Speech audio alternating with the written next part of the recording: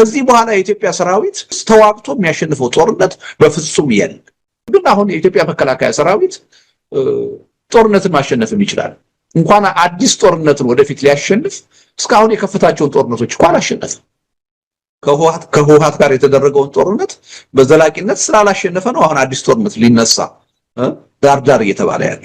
አሸንፎ ቢሆን ኖሮ በድል አጠናቆት ቢሆን ኖሮ ይሄ ችግር አይመጣም ነበር። አላሸነፈም። ከኦላ ጋር ላለፉት 7 ዓመታት ጦርነት አካሄደ፣ አላሸነፈም። ሁልጊዜ ይጨርሻቸዋለሁ፣ አልቆላቸዋል፣ እየተሽለኮለኩ ነው ይላል። አሁንም ግን ኦላ በተጠናከረ ሁኔታ እየተዋጋ ማሸነፍ አልቻለም። ፋኖ ይሄ 2 ዓመት አለፈው አይደል እንዴ? ምንም ያልተደራጀ የህዝቡ ሰቆቃ መከራ ብቻ ብሶቱ አነሳስቶት ወደ ጦርነት የገባ ተገፍቶ የገባ ኃይል የተደራጀ ኃይል አይደለም። አመራር አልነበረው፣ መሳሪያ አልነበረው። ግፉ ብቻ ነው ወደዛ ውስጥ ያስገባው። ያን ኃይል እንኳን ማሸነፍ አልቻለም። ይሄው ፋኖ አሁን እየተጠናከረ የበለጠ በመንግስት ላይ ጫና መፍጠር እየቻለ ነው የመጣው። ይሄን አንድም የጀመረውን ጦርነት ያላሸነፈ መንግስት ሌላ ተጨማሪ ጦርነት ወደፊት ሊያሸንፍ አይችልም። ለማስጨረስ ነው እንጂ ህዝቡን የሀገሪቱን ኢኮኖሚ የበለጠ ማቆስቶ እንዲደቅ ለማድረግ ካልሆነ በስተቀር ከዚህ በኋላ የኢትዮጵያ ሰራዊት ወይም የኢትዮጵያ መንግስት ተዋግቶ የሚያሸንፈው ጦርነት በፍጹም የለም። የኦላን ጦርነት ማሸነፍ ያልቻለ የፋኖን ጦርነት ማሸነፍ ያልቻለ ኃይል አሁን እየመጣ ባለው የኃይል አሰላለፍ ከኤርትራም ከትግራይ ኃይሎችም ከአማራ ኃይሎችም ከኦሮሞ ኃይሎችም ጋር ከነዚህ ሁሉ ጋር ተዋግቼ ያሸንፋለሁ ማለት ቅዠት ነው። ያው አገሪቱን ለማፍረስ ካልሆነ በስተቀር የተለየ ውጤት ሊመጣ እንደማይችል ግልጽ ነው ማለት ነው። የኢትዮጵያ መከላከያ ሰራዊት የሚያሳዝን ነገር ነው። እንግዲህ ባለፉት 7 ዓመታት በተከታታይ ያለቀ የዛሬ 5 ዓመት 6 ዓመት 7 ዓመት ሰልጥነው እኮ ወደ ሰራዊቱ የተቀላቀሉ ሰዎች እኮ በህይወት እኮ ሰራዊቱ ውስጥ አታገኛቸው። ወይ ተበትነዋል፣ ወይ አካላቸው ጎሏል፣ ወይ አልቀዋል፣ ሞተዋል። አዛዦቹ ከኋላ ሆነው የደሃውን ልጅ የሚያዋጉት ናቸው እንጂ በህይወት ያሉት የበታች መኮንኖችና ተራ ወታደሮች እኮ ያለቁ እኮ ነው። በየአመቱ እንደማገዶ እንጨት አዳዲስ ወጣቶች እየተመለመሉ እየገቡ ነው እንዲያልቁ የሚደረግ እና አሁን ከፊታችን መንግስት ያሰበው ጦርነት ከፈነዳ ምንም ጥርጥር የለውም። ይሄ የደሃ ልጅ ወጣት ያልቃል፣ ማገዶ ነው የሚሆነው። ያው እኮ ጠቅላይ ሚኒስትሩ ተናግረዋል። በጣም በድፍረት በሚያሳዝን ሁኔታ አሁን ያለን ወጣት 20 ዓመት ለመዋጋት ያስችለናል ብለው እኮ ተናግረዋል። ለእሳቸው ህዝብ ቁጥር ነው፣ ህይወት አይደለም። ወጣቱን በቃ እንደ አንድ የጦርነት አሴት ነው የሚቆጥሩት። እሱን እየማገድኩ እሱን እያስጨረስኩ የስልጣን እድሜን ማራዘም እችላለሁ ብለው የሚያምኑ ሰው ናቸው። ዩኒቨርሲቲ አልከፍትም ሲሉ ሌላ አይደለም፣ የሥራ ዕድሉን ውትድርና አድርገዋል። ለኔ ስልጣን እየሞተ እኔ በስልጣን ላይ እቀጥላለሁ ብለው የሚያስቡ ሰው ናቸው እና ከፍተኛ የሆነ ልቂት ነው የሚመጣው። እንግዲህ ህብረተሰቡ ጨክኖ ልጆቻችንን ወደ ጦርነት አንልክም እስከሚል ድረስ ይሄ ጉዳይ የሚቀጥል ነው። አብዛኛዎቹ በስልጣን ላይ ያለውን አገዛዝ በሚመለከት መሰረታዊ የሐሳብ ልዩነት የላቸውም። በስልጣን ላይ ያለው አገዛዝ አምባገነን አገዛዝ እንደሆነ አገሪቱን ተፈላጊ ያልሆነ ጦርነት ውስጥ እንዳስገባት ዴሞክራሲም እንደሌለ በዚህ መተማመን አለ። አሁን በስልጣን ላይ ያለው መንግስት ብቻውን የዚችን ሀገር የወደፊት ችግር ሊፈታ እንደማይችል አሁንም መተማመን አለ፣ ስምምነት አለ። ይሄም ቀላል ነገር አይደለም። ይሄ መንግስት በምንም ተአምር በስልጣን ላይ ቀጥሎ አሁን ኢትዮጵያ የገባችበትን ችግር ሊፈታ አይችልም የሚል ያሳሰብ አንድነት እንዳለም ተረድተናል። በአንድ ጊዜ ወጥ የሆነ አመለካከት በሁሉም ነገር ሊኖር አይችልም። ለኔ ግን ዋናው በስልጣን ላይ ያለውን መንግስት በሚመለከት ያላቸው እይታ አንድ መሆኑ፣ ይሄ መንግስት በምንም ተአምር ታግለን እስካልቀየር ነው ድረስ ሁኔታውን የሀገሪቱን ችግር በብቸኝነት ሊፈታ የማይችል መሆኑ መተማመን ላይ የተደረሰበት መሆኑ በጣም በጣም ጠቃሚ ነገር ነው የሚመስለኝ። የወቅቱ የኢትዮጵያ ህዝብ ትግል ተጠናክሮ ለአሸናፊነት እንዲበቃ፣ ምክንያቱም የህብረተሰቡ ትግል ተቃዋሚዎች የቱንም ያህል መተባበር ቢችሉ፣ ምክንያቱም ትግሉ እንዲጠናከር ከፍተኛ አስተዋጽኦ አላቸው መገናኛ ብዙሃን፣ እንዲከፋፈልና እንዲዳከም በማድረግ ረገድ ያላቸው አሉታዊ ሚና ቀላል አይደለም። ስለዚህ እነሱ አትሊስት በዚህ ትግሉን በሚመለከት ጉዳይ የወቅቱን ትግል በሚመለከት ጉዳይ ተቀራራቢ አስተሳሰብ እንዲኖራቸው የሚያስችል ሁኔታ መፍጠር እጅግ በጣም ጠቃሚ ነው የሚል እምነት አለኝ። በብዙ ነገሮች ላይ የተራራቁ አስተሳሰቦች አሉ። ችግራችን በቀላሉ መፈታት ያልቻለውም ያለ ምክንያት አይደለም። አንዱን ጦርነት ሌላው ጦርነት እየተካው ህዝብ እየተጨራረሰ አገሪቱ አቅጣጫዋን ትኩረቷን ወደ ዲሞክራሲ ወደ ልማት ማድረግ አቅቷት በዚህ አስቸጋሪ የፖለቲካ ቀውስ ውስጥ የቀጠለችው ያለ ምክንያት አይደለም።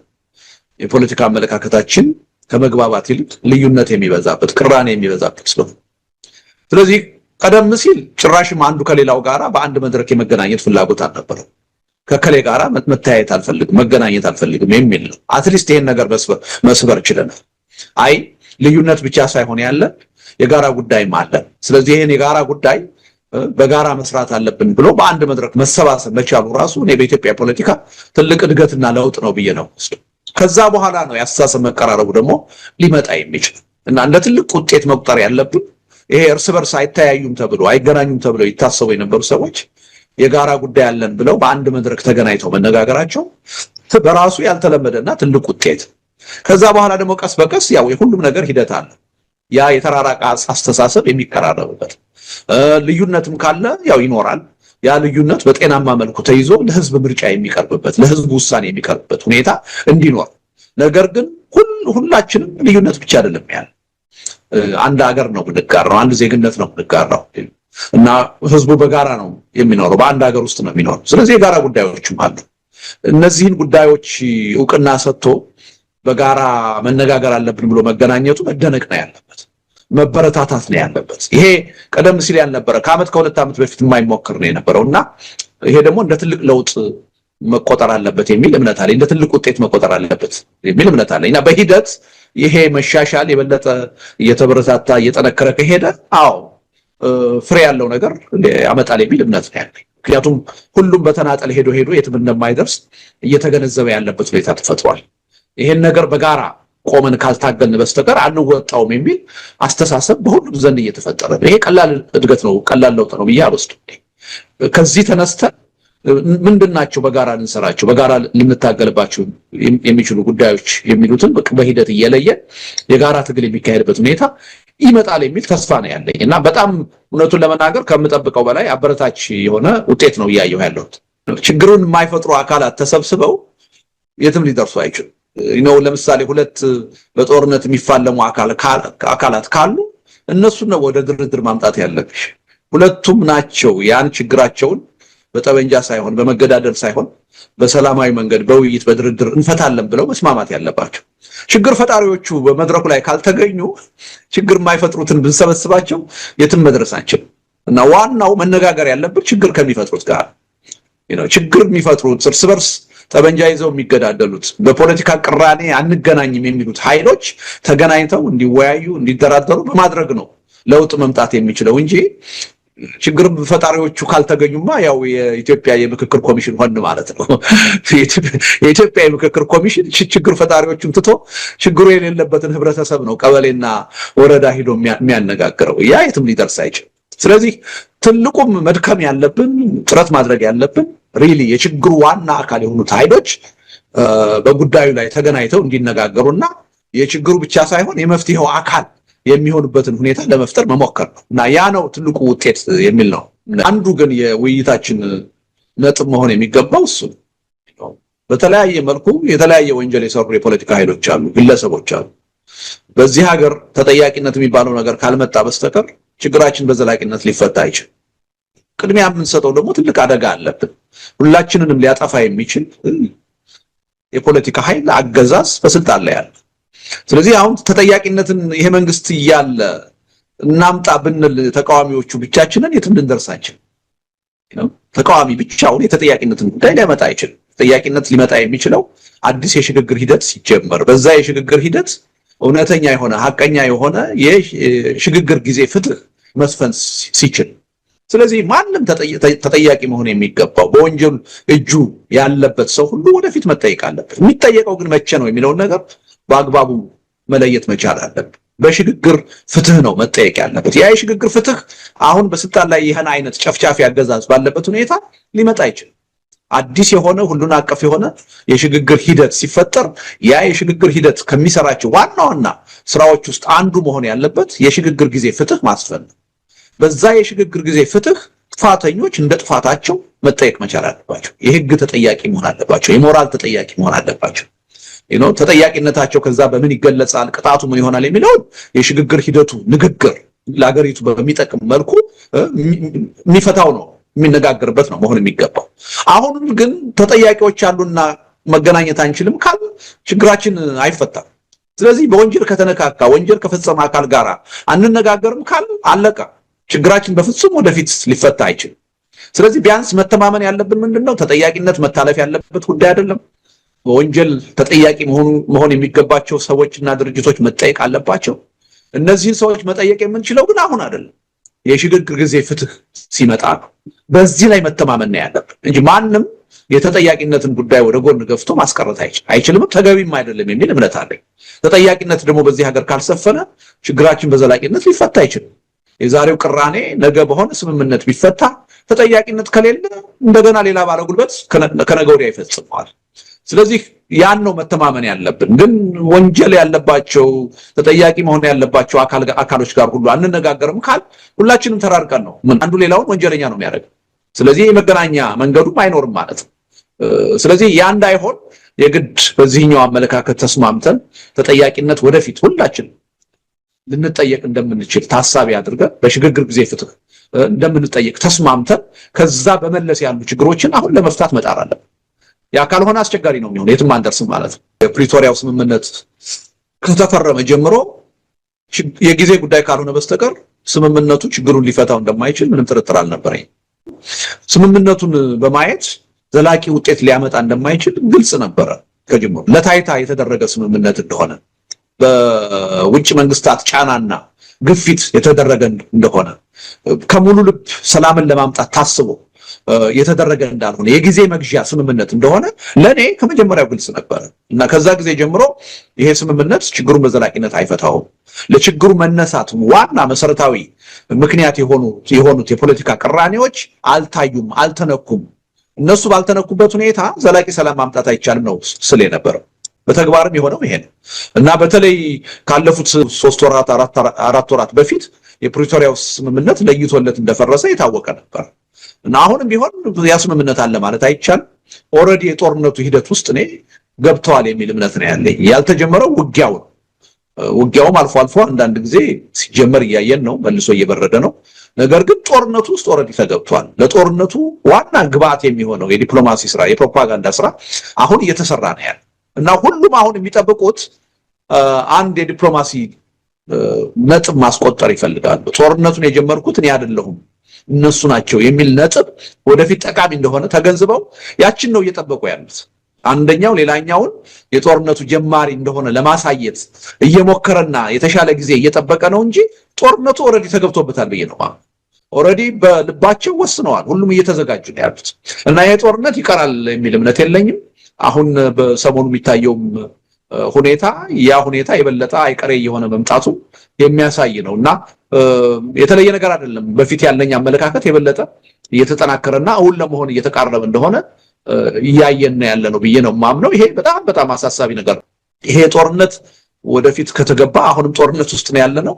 የባሰ ደግሞ በዚህ የኃይል አስተላለፍ ሌላ ጦርነት ውስጥ ከተገባ በጣም ከባድ የሆነ ውጤት ነው ሊመጣ የሚችለው። ውጤቱን ራሱ ማናችንም በቀላሉ ልንገምት አንችልም። አጠቃላይ ሀገራዊ ህልውናችንም መንግስት የለሽ ሁኔታ የሚፈጥር እንኳንስ የኢትዮጵያን አጠቃላይ የአካባቢውን የፖለቲካ ሁኔታ ቀውስ ውስጥ የሚያስገባ ችግር ነው የሚፈጠር እና በጣም የሚያሳዝን ነው፣ አስፈሪ ነው እና ወደ ልቦናቸው ተመልሰው የተፈጠረውን ችግር በሰላም በውይይት በድርድር መፍታት የሚቻልበትን ሁኔታ ማየት የተሻለ ነው የሚል እምነት ነው ያለኝ።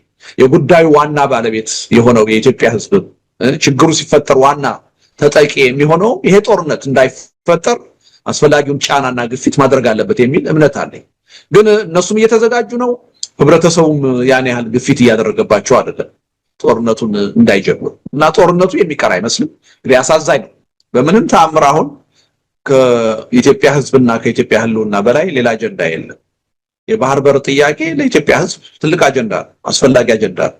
አሁን ካለንበት ሁኔታ ግን በምንም ተአምር ቅድሚያ ልንሰጠው የሚገባ ጉዳይ አይደለም። አሁን መጨነቅ ያለብን ሌት ተቀን ተግተን መስራት ያለብን የተፈጠሩትን አሁን እየተካሄዱ ያሉትን ጦርነቶች እንዴት እናቁማቸው፣ እነሱን አቁመን ወደ ዘላቂ ዴሞክራሲ፣ ወደ ዘላቂ ሰላም፣ ወደ ዘላቂ የልማት የብልጽግና እንቅስቃሴ ውስጥ እንዴት እንግባ ነው እንጂ ሌላ ጦርነት እንዴት እንጀምር ብለን ማሰብ የለብን። ስለዚህ አሁን የባህር በር ጥያቄ ያለ ወቅቱ ነው ያለ ጊዜው ነው የመጣውም ደግሞ ለኢትዮጵያ ብሔራዊ ጥቅም ተብሎ አይደለም፣ ለስልጣን ማራዘሚያ እንዲጠቅም ተብሎ ነው በአንድ በኩል። በሌላ በኩል ደግሞ የውጭ ኃይሎች እጅ አለበት። በአጠቃላይ ኢትዮጵያ ውስጥና በኢትዮጵያ አካባቢ የሚካሄድ ግጭት ሁሉ በቀላሉ የውጭ ኃይሎችን እጅ የሚስብ ትኩረት የሚስብ፣ ምክንያቱም ጂኦፖለቲክሱን ካየን የቀይ ባህር አካባቢ አገሮች ላይ ያለው ሁኔታ የውጭ ኃይሎችን የሚመለከት ነው፣ የውጭ መንግስታትን የሚመለከት። ስለዚህ በአንድም በሌላ መንገድ እጃቸውን ማስገባታቸው አይቀርም ብቻ ሳይሆን አሁን በኢትዮጵያ ሁኔታ እጃቸውን አስገብተዋል። የተለያየ ጥቅም እናገኛለን ብለው የሚያስቡ ከየትኛውም አይነት መንግስት ጋር ተባብረው ያን ጥቅማቸውን ማስጠበቅ የሚፈልጉ የውጭ ኃይሎች ጣልቃ እየገቡ ነው። ስለዚህ አንዱ ችግሩን እያባባሰው ያለው እሱ ነው እና በፕሮክሲ ኢትዮጵያ ውስጥ የሚካሄደውን ጦርነት ለራሳቸው ጥቅም የሚያውሉ የውጭ ኃይሎች በከፍተኛ ደረጃ ገብተውበታል እና ሱዳን ውስጥ ወደ 8-9 ሀገሮች ናቸው እጃቸውን ጣልቃ ያስገቡት። ምናልባት ኢትዮጵያ ውስጥ አሁን የሚጀመረው ጦርነት የተቃረበው ጦርነት ከተጀመረ ከዛም በላይ ኃይሎች እጃቸውን ሊያስገቡ ይችላል። የበለጠ ትልቅ ሀገር ነው ኢትዮጵያ ከሱዳን በላይ እና የውጭ እጅ መኖሩ አይቀርም እና አንዳንዴ የምናደርገው ጦርነት በእነሱም እየታገዘ ለእነሱም ፍላጎት እንደሆነ መታወቅ አለበት እና የተገጣጠመበት ሁኔታ ነው ያለው። ሀገር ውስጥ ያለው መንግስት ስልጣኔን ማራዘም ይችላል በጦርነት ብሎ ስለሚያምን ነው። ለዛ ግን ለውጭ ኃይሎች መጠቀሚያ መሆኑ የማይቀር ነው። አንዱ ይሄ ነው። ሌላው የውጭ መንግስታት ምዕራባውያኖች ጦርነቱ እንዳይካሄድ የራሳቸውን ተጽዕኖ ማሳደር ይችላሉ። በእርግጥም እያደረጉ ነው የሚል እምነት አለ። የዋና የትኩረት አቅጣጫ የሆነ ያለ ምክንያት አለ። ጦርነቱን እኔ ያልጀመርኩትን የሚል ፕሮፓጋንዳ ማስተላለፍ የተፈለገው ያለ ምክንያት አይደለም። ይሄን ጦርነት እንዳትጀምሩ የሚሉ መንግስታትም ስላሉ፣ ስለዚህ ለነሱ እኛ ወደን ሳይሆን ተገደን ነው እዚህ ጦርነት ውስጥ የገባ ነው እኛ አይደለንም የጀመርነው ብለው ለማለት የሚፈልጉ ስለሚፈለግ ነው ይሄ ትልቅ ነጥብ ሆኖ የተያያዘ እና የሚሞክሩ ኃይሎች አሉ። እውነቱን ለመናገር እነሱ ባይኖሩ እስካሁንም ጦርነቱ ሊጀምር ይችል ነበር። ግን መጀመር የለበትም አትግቡበት የሚሉ መንግስታትም በመኖራቸው ይሄ ሊሆን ያልቻለው የሚል እምነት ነው ያለኝ። የኢትዮጵያ መከላከያ ሰራዊት የሚያሳዝን ነገር እንግዲህ ባለፉት 7 ዓመታት በተከታታይ ያለቀ የዛሬ 5 ዓመት 6 ዓመት 7 ዓመት ሰልጥነው እኮ ወደ ሰራዊቱ የተቀላቀሉ ሰዎች እኮ በህይወት እኮ ሰራዊቱ ውስጥ አታገኛቸው። ወይ ተበትነዋል፣ ወይ አካላቸው ጎሏል፣ ወይ አልቀዋል፣ ሞተዋል። አዛዦቹ ከኋላ ሆነው የደሃውን ልጅ የሚያዋጉት ናቸው እንጂ በህይወት ያሉት የበታች መኮንኖችና ተራ ወታደሮች እኮ እያለቁ እኮ ነው። በየአመቱ እንደማገዶ እንጨት አዳዲስ ወጣቶች እየተመለመሉ እየገቡ ነው እንዲያልቁ የሚደረግ እና አሁን ከፊታችንም መንግስት ያሰበው ጦርነት ከፈነዳ ምንም ጥርጥር የለውም ይሄ የደሃ ልጅ ወጣት ያልቃል፣ ማገዶ ነው የሚሆነው። ያው እኮ ጠቅላይ ሚኒስትሩ ተናግረዋል በጣም በድፍረት በሚያሳዝን ሁኔታ አሁን ያለን ወጣት 20 ዓመት ለመዋጋት ያስችለናል ብለው እኮ ተናግረዋል። ለሳቸው ህዝብ ቁጥር ነው ህይወት አይደለም። ወጣቱን በቃ እንደ አንድ የጦርነት አሴት ነው የሚቆጥሩት። እሱን እየማገድኩ እሱን እያስጨረስኩ የስልጣን እድሜን ማራዘም እችላለሁ ብለው የሚያምኑ ሰው ናቸው። ዩኒቨርሲቲ አልከፍትም ሲሉ ሌላ አይደለም የሥራ ዕድሉን ውትድርና አድርገዋል። ለኔ ስልጣን እየሞተ እኔ በስልጣን ላይ እቀጥላለሁ ብለው የሚያስቡ ሰው ናቸው እና ከፍተኛ የሆነ ልቂት ነው የሚመጣው። እንግዲህ ህብረተሰቡ ጨክኖ ልጆቻችንን ወደ ጦርነት አንልክም እስከሚል ድረስ ይሄ ጉዳይ የሚቀጥል ነው። በምንም ተአምር ግን አሁን የኢትዮጵያ መከላከያ ሰራዊት ጦርነትን ማሸነፍም ይችላል። እንኳን አዲስ ጦርነትን ወደፊት ሊያሸንፍ እስካሁን የከፈታቸውን ጦርነቶች እንኳን አላሸነፈም። ከህወሓት ጋር የተደረገውን ጦርነት በዘላቂነት ስላላሸነፈ ነው አሁን አዲስ ጦርነት ሊነሳ ዳርዳር እየተባለ ያለው። አሸንፎ ቢሆን ኖሮ በድል አጠናቆት ቢሆን ኖሮ ይሄ ችግር አይመጣም ነበር። አላሸነፈም። ከኦላ ጋር ላለፉት 7 ዓመታት ጦርነት አካሄደ፣ አላሸነፈም። ሁልጊዜ ጨርሻቸዋለሁ፣ አልቆላቸዋል፣ እየተሽለኮለኩ ነው ይላል። አሁንም ግን ኦላ በተጠናከረ ሁኔታ እየተዋጋ ማሸነፍ አልቻለም። ፋኖ ይሄ 2 ዓመት አለፈው አይደል እንዴ? ምንም ያልተደራጀ የህዝቡ ሰቆቃ መከራ ብቻ ብሶቱ አነሳስቶት ወደ ጦርነት የገባ ተገፍቶ የገባ ኃይል የተደራጀ ኃይል አይደለም። አመራር አልነበረው፣ መሳሪያ አልነበረው። ግፉ ብቻ ነው ወደዛ ውስጥ ያስገባው። ያን ኃይል እንኳን ማሸነፍ አልቻለም። ይሄው ፋኖ አሁን እየተጠናከረ የበለጠ በመንግስት ላይ ጫና መፍጠር እየቻለ ነው የመጣው ይሄን አንድም የጀመረውን ጦርነት ያላሸነፈ መንግስት ሌላ ተጨማሪ ጦርነት ወደፊት ያሸንፋች በቃ ለማስጨረስ ነው እንጂ ህዝቡን የሀገሪቱን ኢኮኖሚ የበለጠ ማቆስቶ እንዲደቅ ለማድረግ ካልሆነ በስተቀር ከዚህ በኋላ የኢትዮጵያ ሰራዊት ወይም የኢትዮጵያ መንግስት ተዋግቶ የሚያሸንፈው ጦርነት በፍጹም የለም። የኦላን ጦርነት ማሸነፍ ያልቻለ የፋኖን ጦርነት ማሸነፍ ያልቻለ ኃይል አሁን የመጣ ባለው የኃይል አሰላለፍ ከኤርትራም ከትግራይ ኃይሎችም ከአማራ ኃይሎችም ከኦሮሞ ኃይሎችም ጋር ከነዚህ ሁሉ ጋር ተዋግቼ ያሸንፋለሁ ማለት ቅዠት ነው። ያው አገሪቱን ለማፍረስ ካልሆነ በስተቀር የተለየ ውጤት ሊመጣ እንደማይችል ግልጽ ነው ማለት ነው። ለመተባበር እየሄዱ እንደሆነ አንዳንድ ወሬዎችን እየሰማን ነው፣ ምልክቶችም እያየን ነው። ምክንያቱም አገዛዙ ማንም ኃይል በሱ ላይ እንዲተባበር ሊያደርግ የሚችል አገዛዝ ለሁሉም ምሕረት የለሽ ነው። ሁሉንም በመግደል ሁሉንም በጦርነት በማሸነፍ ችግር እንፈታለሁ ብሎ የሚያምን አገዛዝ ነው። እንደዚህ አይነት አገዛዝ ባለበት የትኛውም አይነት የፖለቲካ አመለካከት መራራቅ ቢኖራቸው የተለያዩ የፖለቲካ ኃይሎች አንድ ላይ ለመቆም መገደዳቸው አይቀርም። ያን ሁኔታ እያየን ነው። ወደዛ የሚሄድ አዝማሚያ እያየን። ስለዚህ ተባብረው ከታገሉት ሊያሸንፉት ይችላሉ፣ ከስልጣን ሊያወርዱት ይችላሉ። ጥያቄው ለኔ እሱ አይደለም። የታወቀ ነው እኮ በሰላማዊ መንገድም መንግስትን ከስልጣን ማውረድ ይቻላል፣ በጦርነትም መንግስትን ከስልጣን ማውረድ ይቻላል። ብዙ መንግስታት በተለያዩ የዓለም ሀገራት በጦርነት ሲወርዱ ታይቷል። በእኛ ሀገርም በ17 ዓመቱ ጦርነት የደርግ መንግስት ከስልጣን ሲወርድ እኮ አይተናል። ስለዚህ በጦርነት በስልጣን ላይ ያለ መንግስት ከስልጣን አይወገድም ማለት አይደለም። ሊወገድ ይችላል። እንኳንስ ተባብረውና አንደኛው ኃይልም ነገ ከነገ ወዲያ ተጠናክሮ ከመጣ ሊያሸንፈው ይችላል። ቁም ነገሩ እሱ አይደለም። ቁም ነገሩ ያ ማሸነፍ ውጤቱ ዘላቂ የሆነ ሰላም ያመጣል ወይ፣ በዘላቂነት ችግራችንን ይፈታል ወይ የሚል ነው። አሁን ባለው የኃይል አሰላለፍ እንደዛ አይነት ጦርነት ስናካሂድ መንግስት ሲወድቅ ብቻውን ይወድቃል ወይ፣ አገሪቱ ስቴትለስ የመሆን መንግስት የለሽ የመሆን አደጋ አይገጥማትም ወይ የሚለው ጉዳይ ሪስክ እንዳንወስድ የሚያደርገን የተለዩ አማራጮችን ማየት እንድንችል የሚያስገድደን ጉዳይ ይሄ ሁኔታ ነው እንጂ መንግስትን ማውረድ ምንም ጥርጥር የለው። መንግስትን ማሸነፍ ይችላሉ፣ ምንም ጥርጥር የለው። ይሄ ደካማ መንግስት ነው። ቢተባበሩ በአጭር ጊዜ መንግስትን እንዳይመለስ አድርገው ሊያሸንፉት ይችላሉ። ዋናው ነገር ግን እሱ አይደለም።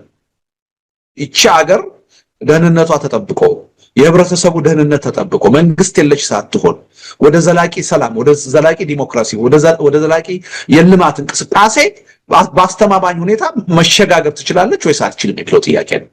እሱ ነው እንጂ የሚያስጨንቀን መንግስት ምንም ጥርጥር የለው በሰላማዊ መንገድም መውረድ ይችላል፣ በኃይልም መውረድ ይችላል።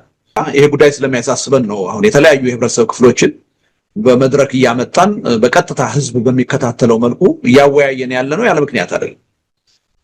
የጉዳዩን ክብደት አሳሳቢነት ህብረተሰቡ እንዲረዳው ስለምንፈልግ ነው። ሁልጊዜ አሁን ሚዲያ ውስጥ ያላችሁ ሰዎች በየቀኑ ትታያላችሁ፣ ትናገራላችሁ። ፖለቲካ ውስጥ ያለን ሰዎች በየቀኑ እንናገራለን፣ እንታያለን። አንዳንዴ ደጋግመን በመታየታችን ህብረተሰቡ የምንናገረውን ነገር ብዙም ከቁም ነገር ላይ ቆጥረው ይችላል። ስለዚህ እስቲ ምሁራን ይናገሩ፣ ሲቪክ ማህበራት ይናገሩ። ተመሳሳይ አቋም ነው ወይ ያላቸው ወይስ እኛ ዝም ብለን ለፖለቲካ ጉዳይ ብለን ነው የምናወራው የሚለውን ነገር ህብረተሰቡ እንዲያየው።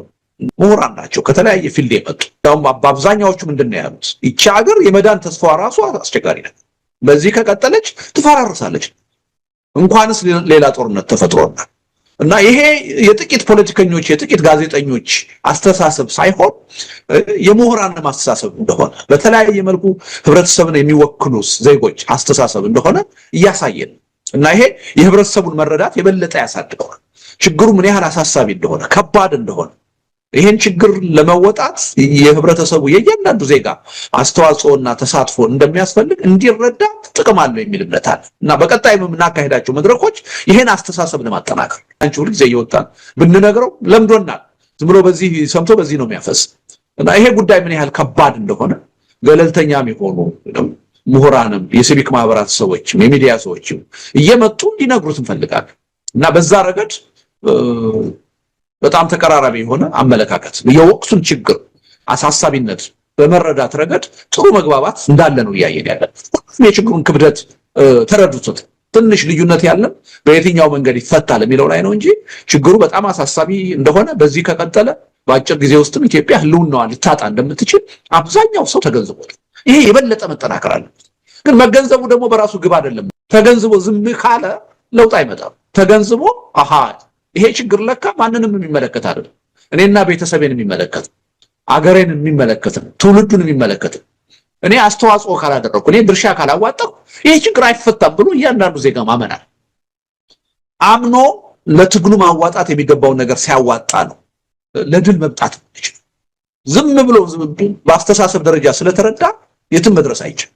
እና ይሄን ነው መፍጠር እየፈለግን ያለነው በአስተሳሰብ ደረጃ እንዲነቃ እንዲበቃ ከነቃና ከበቃ በኋላ ደግሞ መሬት ላይ ተጨባጭ የሆነ ዋጋ እንዲከፍል መስዋዕትነት እንዲከፍል እንዲታገልና የወቅቱ ትግል ተጠናክሮ ለድል እንዲበቃ ነው ፈልገው ያን ከዚህ በኋላ የኢትዮጵያ ሰራዊት ተዋግቶ የሚያሸንፈው ጦርነት በፍጹም የለም። ግን አሁን የኢትዮጵያ መከላከያ ሰራዊት ጦርነትን ማሸነፍም ይችላል። እንኳን አዲስ ጦርነትን ወደፊት ሊያሸንፍ እስካሁን የከፈታቸውን ጦርነቶች እንኳን አላሸነፈም። ከህወሓት ጋር የተደረገውን ጦርነት በዘላቂነት ስላላሸነፈ ነው አሁን አዲስ ጦርነት ሊነሳ ዳርዳር እየተባለ ያለው። አሸንፎ ቢሆን ኖሮ በድል አጠናቆት ቢሆን ኖሮ ይሄ ችግር አይመጣም ነበር። አላሸነፈም። ከኦላ ጋር ላለፉት 7 ዓመታት ጦርነት አካሄደ፣ አላሸነፈም። ሁልጊዜ ይጨርሻቸዋለሁ አልቆላቸዋል እየተሽለኮለኩ ነው ይላል። አሁንም ግን ኦላ በተጠናከረ ሁኔታ እየተዋጋ ማሸነፍ አልቻለም። ፋኖ ይሄ 2 ዓመት አለፈው አይደል እንዴ? ምንም ያልተደራጀ የህዝቡ ሰቆቃ መከራ ብቻ ብሶቱ አነሳስቶት ወደ ጦርነት የገባ ተገፍቶ የገባ ኃይል የተደራጀ ኃይል አይደለም። አመራር አልነበረው፣ መሳሪያ አልነበረው ነው ግፉ ብቻ ነው ወደዛ ውስጥ ያስገባው። ያን ኃይል እንኳን ማሸነፍ አልቻለም። ይሄው ፋኖ አሁን እየተጠናከረ የበለጠ በመንግስት ላይ ጫና መፍጠር እየቻለ ነው የመጣው። ይሄን አንድም የጀመረውን ጦርነት ያላሸነፈ መንግስት ሌላ ተጨማሪ ጦርነት ወደፊት ሊያሸንፍ አይችልም። ለማስጨረስ ነው እንጂ ህዝቡን የሀገሪቱን ኢኮኖሚ የበለጠ ማቆስቶ እንዲደቅ ለማድረግ ካልሆነ በስተቀር ከዚህ በኋላ የኢትዮጵያ ሰራዊት ወይም የኢትዮጵያ መንግስት ተዋግቶ የሚያሸንፈው ጦርነት በፍጹም የለም። የኦላን ጦርነት ማሸነፍ ያልቻለ የፋኖን ጦርነት ማሸነፍ ያልቻለ ኃይል አሁን የመጣ ባለው የኃይል አሰላለፍ ከኤርትራም ከትግራይ ኃይሎችም ከአማራ ኃይሎችም ከኦሮሞ ኃይሎችም ጋር ከነዚህ ሁሉ ጋር ተዋግቻ ያሸንፋለሁ ማለት ቅዠት ነው። ያው አገሪቱን ለማፍረስ ካልሆነ በስተቀር የተለየ ውጤት ሊመጣ እንደማይችል ግልጽ ነው ማለት ነው። የኢትዮጵያ መከላከያ ሰራዊት የሚያሳዝን ነገር እንግዲህ ባለፉት 7 ዓመታት በተከታታይ ያለቀ የዛሬ 5 ዓመት 6 ዓመት 7 ዓመት ሰልጥነው እኮ ወደ ሰራዊቱ የተቀላቀሉ ሰዎች እኮ በህይወት እኮ ሰራዊቱ ውስጥ አታገኛቸው። ወይ ተበትነዋል፣ ወይ አካላቸው ጎሏል፣ ወይ አልቀዋል፣ ሞተዋል። አዛዦቹ ከኋላ ሆነው የደሃውን ልጅ የሚያዋጉት ናቸው እንጂ በህይወት ያሉት የበታች መኮንኖችና ተራ ወታደሮች እኮ ያለቁ እኮ ነው። በየአመቱ እንደማገዶ እንጨት አዳዲስ ወጣቶች እየተመለመሉ እየገቡ ነው እንዲያልቁ የሚደረግ እና አሁን ከፊታችንም መንግስት ያሰበው ጦርነት ከፈነዳ ምንም ጥርጥር የለውም ይሄ የደሃ ልጅ ወጣት ያልቃል፣ ማገዶ ነው የሚሆነው። ያው እኮ ጠቅላይ ሚኒስትሩ ተናግረዋል። በጣም በድፍረት በሚያሳዝን ሁኔታ አሁን ያለን ወጣት 20 ዓመት ለመዋጋት ያስችለናል ብለው እኮ ተናግረዋል። ለሳቸው ህዝብ ቁጥር ነው ህይወት አይደለም። ወጣቱን በቃ እንደ አንድ የጦርነት አሴት ነው የሚቆጥሩት። እሱን እየማገድኩ እሱን እያስጨረስኩ የስልጣን እድሜን ማራዘም እችላለሁ ብለው የሚያምኑ ሰው ናቸው። ዩኒቨርሲቲ አልከፍትም ሲሉ ሌላ አይደለም የሥራ ዕድሉን ውትድርና አደርገዋለሁ ለኔ ስልጣን እየሞተ እኔ በስልጣን ላይ እቀጥላለሁ ብለው የሚያስቡ ሰው ናቸው። እና ከፍተኛ የሆነ ልቂት ነው የሚመጣው። እንግዲህ ህብረተሰቡ ጨክኖ ልጆቻችንን ወደ ጦርነት አንልክም እስከሚል ድረስ ይሄ ጉዳይ የሚቀጥል ነው። አብዛኛዎቹ በስልጣን ላይ ያለውን አገዛዝ በሚመለከት መሰረታዊ የሐሳብ ልዩነት የላቸውም። በስልጣን ላይ ያለው አገዛዝ አምባገነን አገዛዝ እንደሆነ አገሪቱን ተፈላጊ ያልሆነ ጦርነት ውስጥ እንዳስገባት ዴሞክራሲም እንደሌለ በዚህ መተማመን አለ። አሁን በስልጣን ላይ ያለው መንግስት ብቻው የዚችን ሀገር የወደፊት ችግር ሊፈታ እንደማይችል አሁንም መተማመን አለ፣ ስምምነት አለ። ይሄም ቀላል ነገር አይደለም። ይሄ መንግስት በምንም ተአምር በስልጣን ላይ ቀጥሎ አሁን ኢትዮጵያ የገባችበትን ችግር ሊፈታ አይችልም የሚል ያሳሰብ አንድነት እንዳለም ተረድተናል። በአንድ ጊዜ ወጥ የሆነ አመለካከት በሁሉም ነገር ሊኖር አይችልም። ለኔ ግን ዋናው በስልጣን ላይ ያለውን መንግስት በሚመለከት ያላቸው እይታ አንድ መሆኑ ይሄ መንግስት በምንም ተአምር ታግለን እስካልቀየር ነው ድረስ ሁኔታውን የሀገሪቱን ችግር በብቸኝነት ሊፈታ የማይችል መሆኑ መተማመን ላይ የተደረሰበት መሆኑ በጣም ጠቃሚ ነገር ነው የሚመስለኝ። የፕሪቶሪያው ስምምነት ከተፈረመ ጀምሮ የጊዜ ጉዳይ ካልሆነ በስተቀር ስምምነቱ ችግሩን ሊፈታው እንደማይችል ምንም ጥርጥር አልነበረኝ። ስምምነቱን በማየት ዘላቂ ውጤት ሊያመጣ እንደማይችል ግልጽ ነበረ ከጅምሩ። ለታይታ የተደረገ ስምምነት እንደሆነ በውጭ መንግስታት ጫናና ግፊት የተደረገ እንደሆነ ከሙሉ ልብ ሰላምን ለማምጣት ታስቦ የተደረገ እንዳልሆነ የጊዜ መግዣ ስምምነት እንደሆነ ለኔ ከመጀመሪያው ግልጽ ነበር እና ከዛ ጊዜ ጀምሮ ይሄ ስምምነት ችግሩን በዘላቂነት አይፈታውም። ለችግሩ መነሳት ዋና መሰረታዊ ምክንያት የሆኑት የፖለቲካ ቅራኔዎች አልታዩም፣ አልተነኩም። እነሱ ባልተነኩበት ሁኔታ ዘላቂ ሰላም ማምጣት አይቻልም ነው ስለ ነበር። በተግባርም የሆነው ይሄ ነው እና በተለይ ካለፉት 3 ወራት 4 ወራት በፊት የፕሪቶሪያው ስምምነት ለይቶለት እንደፈረሰ የታወቀ ነበር እና አሁንም ቢሆን ያ ስምምነት አለ ማለት አይቻልም። ኦሬዲ የጦርነቱ ሂደት ውስጥ እኔ ገብተዋል የሚል እምነት ነው ያለኝ። ያልተጀመረው ውጊያውም አልፎ አልፎ አንዳንድ ጊዜ ሲጀመር እያየን ነው፣ መልሶ እየበረደ ነው። ነገር ግን ጦርነቱ ውስጥ ኦሬዲ ተገብቷል። ለጦርነቱ ዋና ግብአት የሚሆነው የዲፕሎማሲ ስራ፣ የፕሮፓጋንዳ ስራ አሁን እየተሰራ ነው ያለ እና ሁሉም አሁን የሚጠብቁት አንድ የዲፕሎማሲ ነጥብ ማስቆጠር ይፈልጋሉ። ጦርነቱን የጀመርኩት እኔ አይደለሁም እነሱ ናቸው የሚል ነጥብ ወደፊት ጠቃሚ እንደሆነ ተገንዝበው ያችን ነው እየጠበቁ ያሉት። አንደኛው ሌላኛውን የጦርነቱ ጀማሪ እንደሆነ ለማሳየት እየሞከረና የተሻለ ጊዜ እየጠበቀ ነው እንጂ ጦርነቱ ኦሬዲ ተገብቶበታል ብዬ ነው። ኦሬዲ በልባቸው ወስነዋል። ሁሉም እየተዘጋጁ ነው ያሉት እና ይሄ ጦርነት ይቀራል የሚል እምነት የለኝም። አሁን በሰሞኑ የሚታየውም ያ ሁኔታ የበለጠ አይቀሬ የሆነ መምጣቱ የሚያሳይ ነው እና የተለየ ነገር አይደለም። በፊት ያለኝ አመለካከት የበለጠ እየተጠናከረና አሁን ለመሆን እየተቃረበ እንደሆነ እያየን ያለ ነው ብዬ ነው ማምነው። ይሄ በጣም በጣም አሳሳቢ ነገር ነው። ይሄ ጦርነት ወደፊት ከተገባ አሁንም ጦርነት ውስጥ ነው ያለነው። የባሰ ደግሞ በዚህ የኃይል አሰላለፍ ሌላ ጦርነት ውስጥ ከተገባ በጣም ከባድ የሆነ ውጤት ነው ሊመጣ የሚችለው። ውጤቱን ራሱ ማናችንም በቀላሉ ልንገምት አንችልም። አጠቃላይ ሀገራዊ ህልውናችንም መንግስት የለሽ ሁኔታ የሚፈጥር እንኳንስ የኢትዮጵያን አጠቃላይ የአካባቢውን የፖለቲካ ሁኔታ ቀውስ ውስጥ የሚያስገባ ችግር ነው የሚፈጠር እና በጣም የሚያሳዝን ነው፣ አስፈሪ ነው እና ወደ ልቦናቸው ተመልሰው የተፈጠረውን ችግር በሰላም በውይይት በድርድር መፍታት የሚቻልበት ሁኔታ ማየት የተሻለ ነው የሚል እምነት ነው ያለኝ። የጉዳዩ ዋና ባለቤት የሆነው የኢትዮጵያ ህዝብ ችግሩ ሲፈጠር ዋና ተጠቂ የሚሆነው ይሄ ጦርነት እንዳይፈጠር አስፈላጊውን ጫናና ግፊት ማድረግ አለበት የሚል እምነት አለኝ። ግን እነሱም እየተዘጋጁ ነው፣ ህብረተሰቡም ያን ያህል ግፊት እያደረገባቸው አይደለም ጦርነቱን እንዳይጀምሩ እና ጦርነቱ የሚቀር አይመስልም። እንግዲህ አሳዛኝ ነው። በምንም ተአምር አሁን ከኢትዮጵያ ህዝብና ከኢትዮጵያ ህልውና በላይ ሌላ አጀንዳ የለም። የባህር በር ጥያቄ ለኢትዮጵያ ህዝብ ትልቅ አጀንዳ ነው፣ አስፈላጊ አጀንዳ ነው። አሁን ካለንበት ሁኔታ ግን በምንም ተአምር ቅድሚያ ልንሰጠው የሚገባ ጉዳይ አይደለም። አሁን መጨነቅ ያለብን ሌት ተቀን ተግተን መስራት ያለብን የተፈጠሩትን አሁን እየተካሄዱ ያሉትን ጦርነቶች እንዴት እናቁማቸው፣ እነሱን አቁመን ወደ ዘላቂ ዴሞክራሲ፣ ወደ ዘላቂ ሰላም፣ ወደ ዘላቂ የልማት የብልጽግና እንቅስቃሴ ውስጥ እንዴት እንግባ ነው እንጂ ሌላ ጦርነት እንዴት እንጀምር ብለን ማሰብ የለብን። ስለዚህ አሁን የባህር በር ጥያቄ ያለ ወቅቱ ነው ያለ ጊዜው ነው የመጣውም ደግሞ ለኢትዮጵያ ብሔራዊ ጥቅም ተብሎ አይደለም፣ ለስልጣን ማራዘሚያ እንዲጠቅም ተብሎ ነው በአንድ በኩል። በሌላ በኩል ደግሞ የውጭ ኃይሎች እጅ አለበት። በአጠቃላይ ኢትዮጵያ ውስጥና በኢትዮጵያ አካባቢ የሚካሄድ ግጭት ሁሉ በቀላሉ የውጭ ኃይሎችን እጅ የሚስብ ትኩረት የሚስብ፣ ምክንያቱም ጂኦፖለቲክሱን ካየን የቀይ ባህር አካባቢ አገሮች ላይ ያለው ሁኔታ የውጭ ኃይሎችን የሚመለከት ነው፣ የውጭ መንግስታትን የሚመለከት ነው። ስለዚህ በአንድም በሌላ መንገድ እጃቸውን ማስገባታቸው አይቀርም እና አይቀርም ብቻ ሳይሆን አሁን በኢትዮጵያ ሁኔታ እጃቸውን አስገብተዋል። የተለያየ ጥቅም እናገኛለን ብለው የሚያስቡ ከየትኛውም አይነት መንግስት ጋር ተባብረው ያን ጥቅማቸውን ማስጠበቅ የሚፈልጉ የውጭ ኃይሎች ጣልቃ እየገቡ ነው። ስለዚህ አንዱ ችግሩን እያባባሰው ያለ እሱ ነው እና በፕሮክሲ ኢትዮጵያ ውስጥ የሚካሄደው ጦርነት ለራሳቸው ጥቅም የሚያውሉ የውጭ ኃይሎች በከፍተኛ ደረጃ ገብተውበታል እና ሱዳን ውስጥ ወደ 8-9 ሀገሮች ናቸው እጃቸውን ጣልቃ ያስገቡት።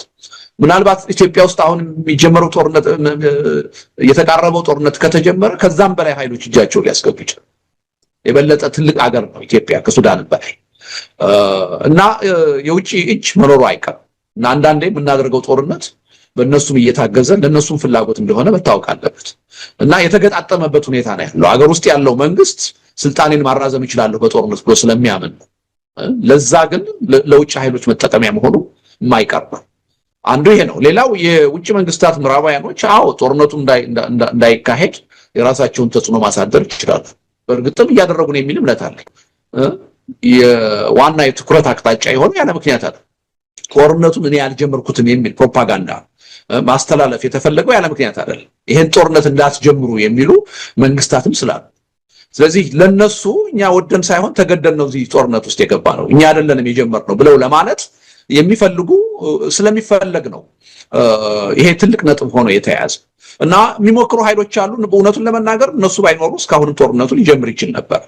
ግን መጀመር የለበትም አትግቡበት የሚሉ መንግስታትም በመኖራቸው ይሄ ሊሆን ያልቻለው የሚል እምነት ነው ያለኝ። የኢትዮጵያ መከላከያ ሰራዊት የሚያሳዝን ነገር እንግዲህ ባለፉት 7 ዓመታት በተከታታይ ያለቀ የዛሬ 5 ዓመት 6 ዓመት 7 ዓመት ሰልጥነው እኮ ወደ ሰራዊቱ የተቀላቀሉ ሰዎች እኮ በህይወት እኮ ሰራዊቱ ውስጥ አታገኛቸው። ወይ ተበትነዋል፣ ወይ አካላቸው ጎሏል፣ ወይ አልቀዋል፣ ሞተዋል። አዛዦቹ ከኋላ ሆነው የደሃውን ልጅ የሚያዋጉት ናቸው እንጂ በህይወት ያሉት የበታች መኮንኖችና ተራ ወታደሮች እኮ ያለቁ እኮ ነው። በየአመቱ እንደማገዶ እንጨት አዳዲስ ወጣቶች እየተመለመሉ እየገቡ ነው እንዲያልቁ የሚደረግ እና አሁን ከፊታችን መንግስት ያሰበው ጦርነት ከፈነዳ ምንም ጥርጥር የለውም ይሄ የደሃ ልጅ ወጣት ያልቃል፣ ማገዶ ነው የሚሆነው። ያው እኮ ጠቅላይ ሚኒስትሩ ተናግረዋል። በጣም በድፍረት በሚያሳዝን ሁኔታ አሁን ያለን ወጣት 20 ዓመት ለመዋጋት ያስችለናል ብለው እኮ ተናግረዋል። ለሳቸው ህዝብ ቁጥር ነው ህይወት አይደለም። ወጣቱን በቃ እንደ አንድ የጦርነት አሴት ነው የሚቆጥሩት። እሱን እየማገድኩ እሱን እያስጨረስኩ የስልጣን እድሜን ማራዘም እችላለሁ ብለው የሚያምኑ ሰው ናቸው። ዩኒቨርሲቲ አልከፍትም ሲሉ ሌላ አይደለም የሥራ ዕድሉን ውትድርና አድርገዋል። ለኔ ስልጣን እየሞተ እኔ በስልጣን ላይ እቀጥላለሁ ብለው የሚያስቡ ሰው ናቸው እና ከፍተኛ የሆነ ልቂት ነው የሚመጣው። እንግዲህ ህብረተሰቡ ጨክኖ ልጆቻችንን ወደ ጦርነት አንልክም እስከሚል ድረስ ይሄ ጉዳይ የሚቀጥል ነው። በምንም ተአምር ግን አሁን የኢትዮጵያ መከላከያ ሰራዊት ጦርነትን ማሸነፍም ይችላል። እንኳን አዲስ ጦርነትን ወደፊት ሊያሸንፍ እስካሁን የከፈታቸውን ጦርነቶች እንኳን አላሸነፈም። ከህወሓት ጋር የተደረገውን ጦርነት በዘላቂነት ስላላሸነፈ ነው አሁን አዲስ ጦርነት ሊነሳ ዳርዳር እየተባለ ያለው። አሸንፎ ቢሆን ኖሮ በድል አጠናቆት ቢሆን ኖሮ ይሄ ችግር አይመጣም ነበር። አላሸነፈም። ከኦላ ጋር ላለፉት 7 ዓመታት ጦርነት አካሄደ፣ አላሸነፈም። ሁልጊዜ ጨርሻቸዋለሁ፣ አልቆላቸዋል፣ እየተሽለኮለኩ ነው ይላል። አሁንም ግን ኦላ በተጠናከረ ሁኔታ እየተዋጋ ማሸነፍ አልቻለም። ፋኖ ይሄ 2 ዓመት አለፈው አይደል እንዴ? ምንም ያልተደራጀ የህዝቡ ሰቆቃ መከራ ብቻ ብሶቱ አነሳስቶት ወደ ጦርነት የገባ ተገፍቶ የገባ ኃይል የተደራጀ ኃይል አይደለም። አመራር አልነበረው፣ መሳሪያ አልነበረው ነው። ግፉ ብቻ ነው ወደዛ ውስጥ ያስገባው። ያን ኃይል እንኳን ማሸነፍ አልቻለም። ይሄው ፋኖ አሁን እየተጠናከረ የበለጠ በመንግስት ላይ ጫና መፍጠር እየቻለ ነው የመጣው። ይሄን አንድም የጀመረውን ጦርነት ያላሸነፈ መንግስት ሌላ ተጨማሪ ጦርነት ወደፊት ሊያሸንፍ አይችልም። በቃ ለማስጨረስ ነው እንጂ ህዝቡን የሀገሪቱን ኢኮኖሚ የበለጠ ማቆስቶ እንዲደቅ ለማድረግ ካልሆነ በስተቀር ከዚህ በኋላ የኢትዮጵያ ሰራዊት ወይም የኢትዮጵያ መንግስት ተዋግቶ የሚያሸንፈው ጦርነት በፍጹም የለም። የኦላን ጦርነት ማሸነፍ ያልቻለ የፋኖን ጦርነት ማሸነፍ ያልቻለ ኃይል አሁን የመጣ ባለው የኃይል አሰላለፍ ከኤርትራም ከትግራይ ኃይሎችም ከአማራ ኃይሎችም ከኦሮሞ ኃይሎችም ጋር ከነዚህ ሁሉ ጋር ተዋግቼ ያሸንፋለሁ ማለት ቅዠት ነው። ያው አገሪቱን ለማፍረስ ካልሆነ በስተቀር የተለየ ውጤት ሊመጣ እንደማይችል ግልጽ ነው ማለት ነው። ለመተባበር እየሄዱ እንደሆነ አንዳንድ ወሬዎችን እየሰማን ነው፣ ምልክቶችም እያየን ነው።